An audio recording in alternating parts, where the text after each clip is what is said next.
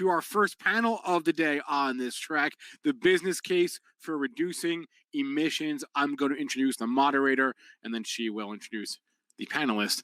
Holly Stower, lead analyst for resource and environment at Cleantech Group. How are we doing today?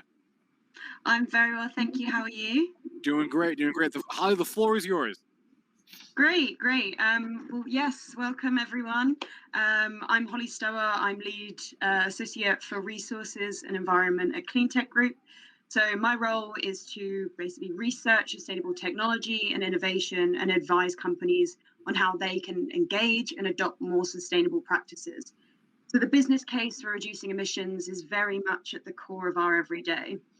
And from our perspective, the drivers and opportunities for businesses in the space have never been stronger, from core technologies like solar and wind moving down the cost curve to more financial incentives from government and the financial services sector. Additionally, consumer demand for sustainable products and services is also at an all-time high, and so is awareness for environmental issues. And what we're really seeing now is that employees of larger companies are driving change from within, and being a sustainable company is now increasingly attractive to talent as well. So as such, I'm really pleased to be talking about the business case for reducing emissions today with our three panelists. So I'll pass over to each of you to introduce yourselves. So should we start with Will from Single Point? Thanks, Holly. I appreciate it. Thanks for having us on today. And my name is Will Ralston. I am the president of Single Point Inc., OTC ticker symbols SING. And happy Earth Day, everybody. Happy to be here. Yes, happy Earth Day, everyone. I missed that part. Next up, should we go to Bill? Yes, thanks. Glad to be here. I'm Bill Crossland, President and CEO of Thermal Energy International. I'm in Toronto, Canada, and I would like to tell you it's snowing out right now on Earth Day in Canada. So Thermal Energy International is an established global supplier of proven and proprietary energy efficiency and emission reduction technologies. At the end of the day, we save our customers money and improve their bottom line by reducing their fuel use and cutting their carbon emissions. Most of our customers are very large multinational corporates, and we run our business from engineering and sales offices in Canada, United States, and the UK. Great, thanks, Bill. And yep, from the UK, it's a very sunny day, so quite a difference. So over to you, Corey. Yeah, thanks, Holly. Corey Jaslin, President and CEO of Musgrove Biologics Corp. We're an ag biotech company based in Canada. Our focus is on providing a natural, organic biopesticide that's created from food-grade mustard and nuts. So we're focused on the agriculture sector. Thanks. Great, thanks, Corey. So to kick off the questions, I'm going to focus this one to Will. So solar has a really strong relationship with the corporate sphere, and one that's been really hard won over many years due to its non-destructive nature, fast payback periods. So the question is, what have I missed off this list, and how do you communicate the business case for solar to your customers? Yeah, absolutely. That's a great question. And over the time here, what you've mentioned, even in the presentations, there's lots of consumer demand. There's lots of awareness for solar and renewable solutions. So it's not so much as us presenting the business case anymore. We actually have lots of customers coming to us asking about the different solutions that are available to them, what may be the best fit for what they're looking for. And ultimately, what's driven that is that awareness, is that consumer demand, which has led to increased efficiencies and overall, pricing being able to come down. So what we're really excited about here at Single Point, as we have been scaling and looking to scale through 2021 and increasing revenue and profitability, is really what's going to be kicking in for additional potential credits, through different infrastructure plan, job creation, different things like that. So it'll continue to drive the prices to where they need to be to continue to make economic sense for businesses, homeowners, anybody that's looking to go solar, get into the renewable landscape. And really what Single Point does is provide all these solutions wrapped into one, single point of contact where we can help, a business or a residential homeowner come through our product, our solutions, and help them wrap that all up into one economically beneficial solution for them. So again, at the end of the day, we are not necessarily having to make the business case anymore, but simply go through the right solution to find the right fit for that particular customer. Great. And I wonder if you could sort of, I guess, speak to some of the drivers behind that demand. What has really changed, shifting it from you approaching your customers to them coming to you? No, I think there's a lot of different things happening within the industry right now. I mean, that are making it top of mind for consumers. I think people are concerned about, how their energy is being created. Is it from, traditional energy source or is it renewable? Earth Day, spreading that word of creating renewable energies, putting less stress on, using traditional, forms of creating power. So all the different, environmental impact, different weather patterns that are happening. People are saying it could be happening because of this or because of that. It's really making people think about, energy consumption, how they're consuming, where it's being derived from, and that's really driving a lot of demand. And additionally, it's the cost of it makes so much economic sense now for people. So, 10 years ago when solar and renewables were really making their first run at coming into the market, you're almost immediately priced out. But now it's really, it makes complete economic sense to be looking at renewable energy solutions. Great. And you spoke a bit about, I guess, more residential solar. Could you sort of expand on some projects that you've worked on recently, more on the commercial side? Yeah, so on the commercial side, we really look at,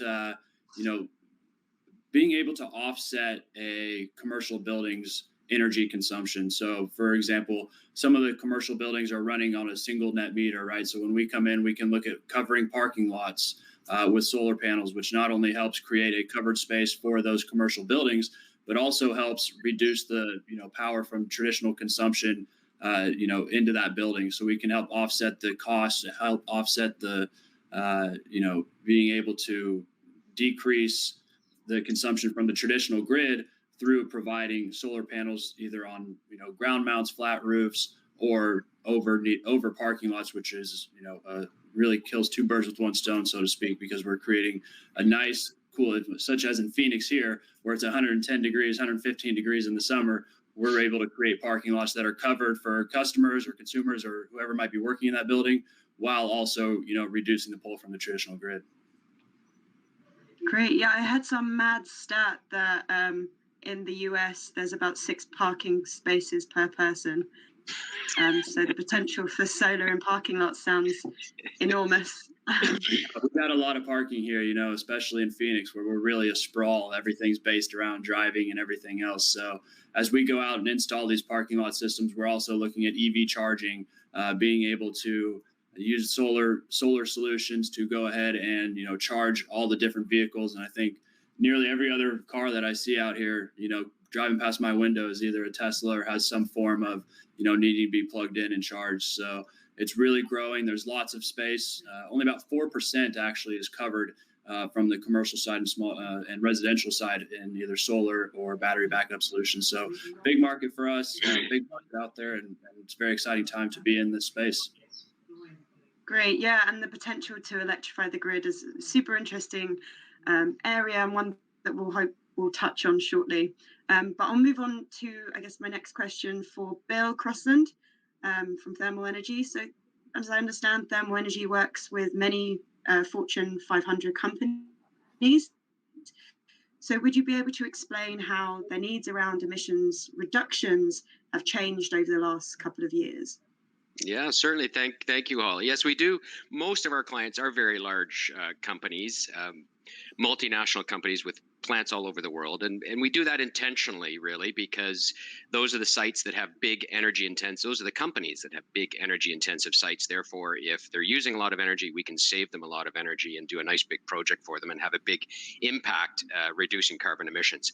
But the demands have changed pretty significantly. I mean, we first saw a real change in the marketplace starting in about 2016 because the Paris Agreement was signed sort of November 2015. So we saw an increase in demand there, and it's been growing over the last few years. So our revenue has gone up about 30% compounded annually since then. But really, over the last 12 months, there's been an absolute sea change in the attitudes of virtually every consumer, every company, and every government. I can't emphasize enough the difference between now and this time last year. And the demand's coming from a lot of different areas, I think. First of all, we've probably heard about the Build Back Better approach. It seems like the COVID pandemic crisis sort of cemented everybody's attention that the next crisis could be even worse. So literally every country in the world has adopted a Build Back Better approach. And as a result of that, virtually every country in the world has sort of doubled down on their carbon emission reduction targets. So those targets they set 5 years ago, now they're doubling them. The UK, all I understand, is now 68% reduction by 2030, 78% by 2035, something like that. The EU went from a 40% target to a 55%. I understand today President Biden is hosting the leaders of 40 major countries, and he's about to announce that they're going to double. The US is going to double their carbon emission reduction targets. Most of our customers have increased their carbon emission reduction targets. Companies like PepsiCo, which is saying they're going to reduce their carbon emissions by 75% by 2030. That's only 9 years away. It takes time to do these. So we're seeing that. And then the final area where we're seeing the demand increase is ESG investing. Shareholders are demanding that their companies, their investee companies, do more with respect to ESG metrics. And the data point I like to quote there is BlackRock, the world's largest asset manager with some $9 trillion under management. In their annual letter in January, they said they want to see their companies do more and disclose more with respect to ESG.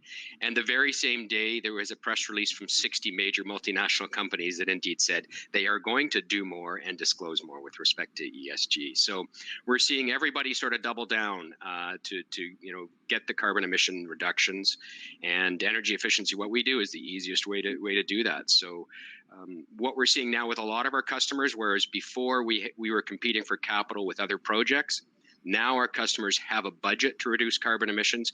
They're coming to us saying, look, we got to meet our targets. We've got X dollars to spend. How can you help us do it? So there's a real change for us over the last 12 months in particular. Great. And that's a wonderful big picture, a really optimistic one which I completely agree with. And we're definitely seeing the same of that massive step change over the last 12 months. I was wondering, Bill, if you could maybe expand on, I guess, a particular project that you've worked on with a particular company recently, or a case study that you can really explain what you guys do in practice. Yeah, so I'll do it general sense. Most of our projects are the same in that we are being more energy efficient. And so the source of the energy almost doesn't matter. It's not electrical energy, it's thermal energy, so it's heat energy. But that heat can be coming from anywhere. It could be coming from a renewable source. It could be coming from a fossil fuel. Whatever the source, we make it more efficient by capturing the heat, not allowing heat to escape. So usually when we go to a site, we first have to identify the heat sources, and then we have to identify the heat sinks. And then we match the two up. And so the projects are almost always limited by the heat sink.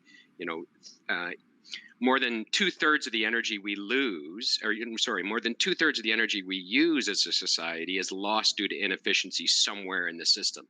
And it's lost usually as a result of heat. So we are capturing that heat and applying it somewhere else. We do a lot of projects in the food and beverage area because food and beverage has a real need for heat. They have to cook, they have to sterilize, they have to sanitize, so they have a real need for heat. So a lot of our projects tend to be in that area. A recent project that we did was for a major brewery in Russia, where, when you talk about the renewable side tying in that case, they had biogas, they were generating biogas on site, and we made that biogas generation system more efficient by capturing heat coming off the generation system. So they're all basically the same. It's capturing heat that would otherwise be lost somewhere and applying that heat somewhere in their system. So it does require a total system approach and a design approach, which is why most of what we do is a total turnkey solution for our customers. Great, thanks, Bill. Now I'd like to pass over to Corey from Musgrow. So Corey, understand that Musgrow develop safe and effective biologicals to replace synthetic chemicals and ultimately facilitate a more sustainable food supply. Would you be able to expand on how you help your agricultural producers with their sustainable practices, and also how this impacts global emissions reductions? Yeah, sure. Thanks, Holly. So with Musgrow, we've got a patented technology that extracts the compounds from the mustard seed, and these compounds are what I guess nature has provided the mustard plant. They're the natural defense mechanism for the plant against pests and diseases. What we've done is harnessed those particular molecules and are bringing them back in a commercial form, so that farmers can then use, specifically high value crop farmers such as strawberries or leafy greens or whatever, fruit and veggies, so that these farmers can then utilize this technology to replace some of the synthetic chemicals that have been banned or are in, harmful to the environment and have potential for deregulation. If you look at chemicals such as, say, methyl bromide, and that, which have been banned with the 1987 Montreal Protocol with the United Nations, that chemical, for instance, was very harmful not only to workers, and that caused cancer in workers, but it was also harmful to the environment. It caused ozone depletion, and that. Some of these chemicals are very harmful, so what our objective is to bring a natural organic technology that is not only, it's based on food grade mustard, so you consume it and that, but it's also helpful or safe for the environment, safe for the soil microbiome. It all comes down to sustainability for us. It's, there's a finite amount of arable land in the world for us to grow crops for a growing population. So now and into the future, we need to protect that land with inputs that are going to help build up the soil microbiome, and that'll be beneficial for not only people today but people in the future. And what we see with our technology is that it does it just that it builds up the soil microbiome. It has a very small half-life. It dissipates from the soil, does its work, dissipates from the soil very quickly, and then it allows the good soil microbes to then build up, and which is beneficial to the environment and for farmers. Great, and yeah, I'm super interested in soil health, and I won't nerd out on that, but and I understand the idea of having sort of healthy soil can optimize its carbon capture potential.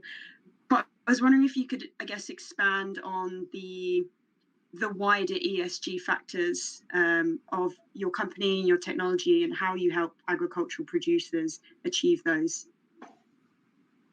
Yeah, in terms of for us, it comes down to the environment. And so, again, if we can help farmers, first of all, these farmers are going to need to grow a crop. So if they're having synthetic chemicals being removed from the market, we're providing them with a natural organic option to help replace some of these banned chemicals in that. So that's the most important thing.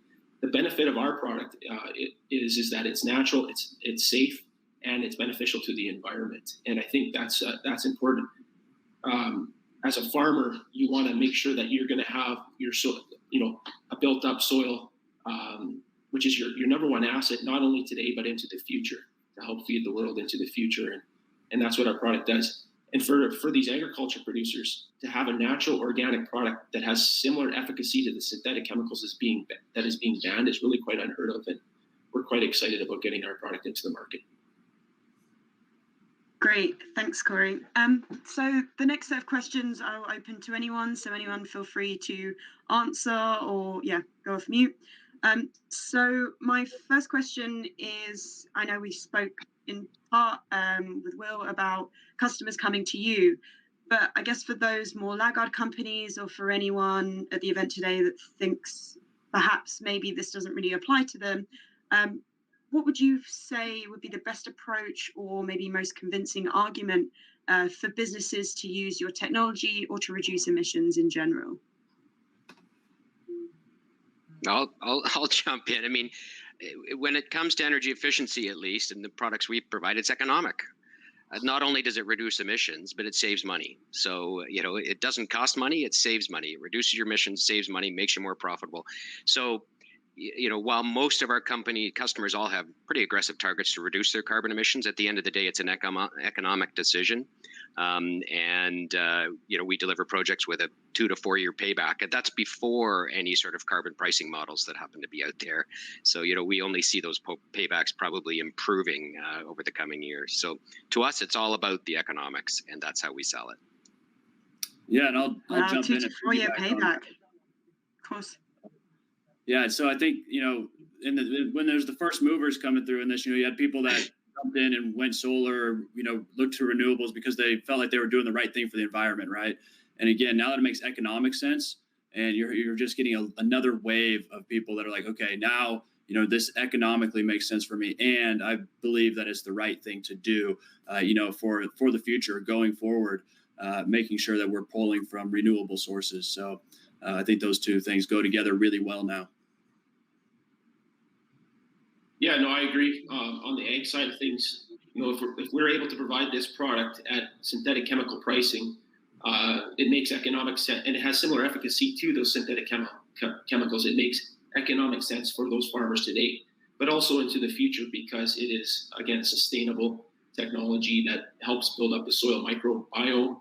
And, it has a very low water solubility. It's not going to get into the rivers and the streams and all that. So, it's not just about the economics today, but into the future. And that's what the technology that we're bringing to the market here right now.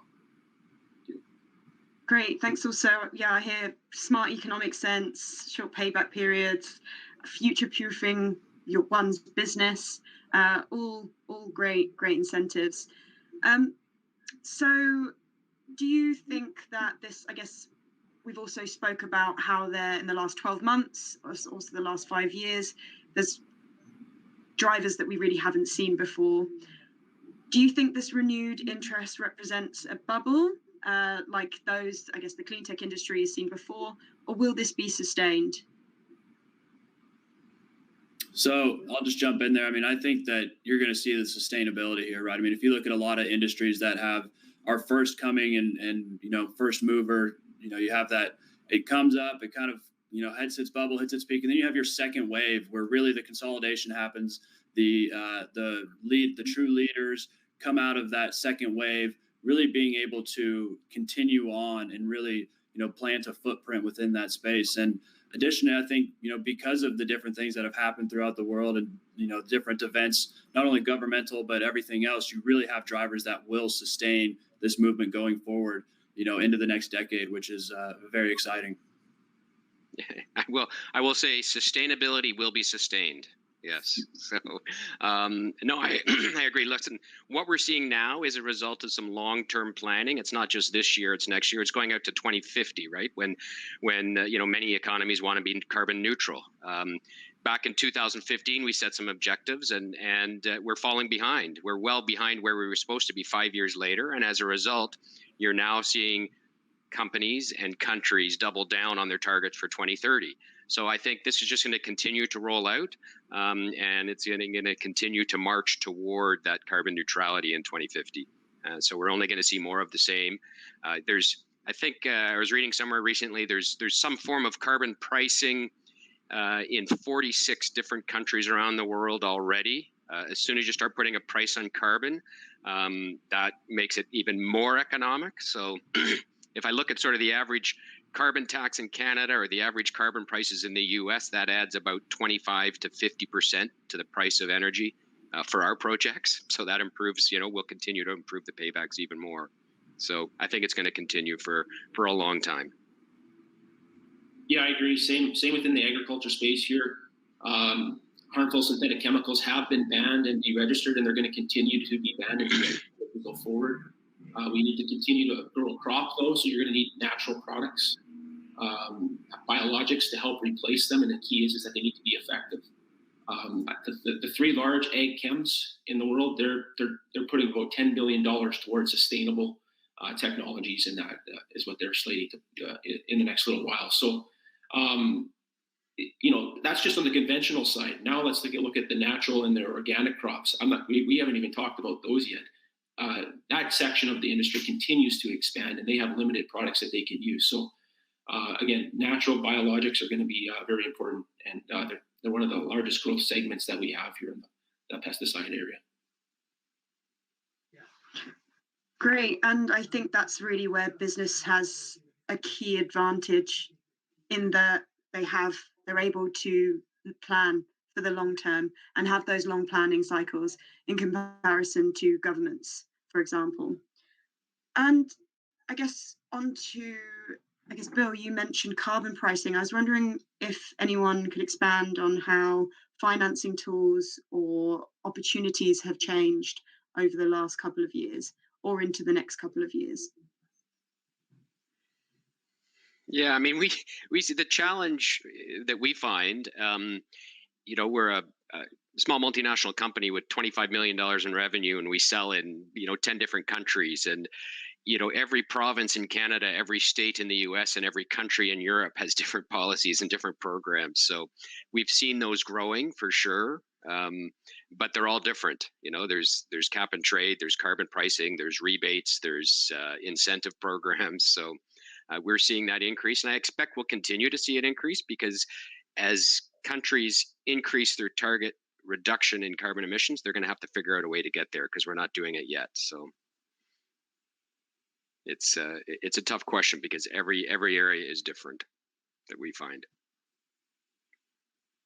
Yeah, I can jump in here. On the ag side, in terms of carbon pricing and all that, I think farmers are have some big emissions in that they need to maybe look at. But one of the things that the ag industry has is one of the largest carbon sinks in the world, that being the sand, land and the soil. So if zero till and other types of farming methods using natural products to protect your crops, that could be, I think, a very important way as we go forward to help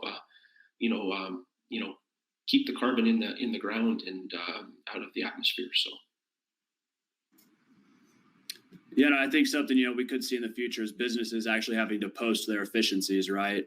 And that's one thing where hopefully we can come in and help reduce what they are putting out there, through solar, through different energy efficiencies, so that they are more efficient and not putting as much emissions and carbon out there as they may be doing. So there could be incentives. The better, more efficient your buildings are, the more efficient your business is, the more incentives there are to get there.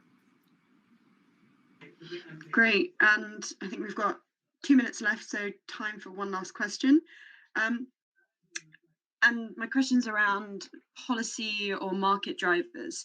So which policy or market drivers do you foresee coming up in the next 5-10 years that would be transformative for your respective industries? I'm looking forward to the next couple of days, actually, when we see what comes out of the 40 leaders that are meeting with Biden, because that's the direction where we see people, especially U.S. and China, the two largest industrial markets in the world, when they decide what their targets are, then everything is going to drive from that. If that's the target, if you have long-term targets to become carbon neutral by 2050 or reduced by 50% by 2030, then there's going to be all kinds of policy issues over the next couple of years that drive towards that goal. And it's going to be very interesting to see what it is. But I'm looking forward to the next couple of days. Yeah, absolutely. We'll continue to see policies come down that have stuff here, and especially in the U.S., we're going to see potentially 10-year extensions and ITCs, different policies and credits coming in for specifically adding battery. And so I'm on the same page. Next couple of days, there'll be a lot of could be a lot of great things happening that'll set up the market through 2050. Yeah, on the ag side, it's happening every day. You're seeing products being removed from the market, deregistered. We just seen one recently in Europe. It was the major chemical for potato sprouting, and so that was deregistered. Now those farmers have no options to protect their potatoes in storage in that. So it's consumer driven. Consumers are caring about the food that they eat. Not only do they want it to be healthy and safe, but they want it to be good for the environment. And policymakers are following what these consumers are demanding. So. Great. And I think that's time. So Bill, Will, Corey, thank you so much. Thanks to Benzinga for hosting us today. And I hope you all have wonderful days and fingers crossed for the next couple of days in the US. Thanks so much, everybody. Have a great day. Yep. Thank you. Thank you, Holly. Thanks, Benzinga. Thanks.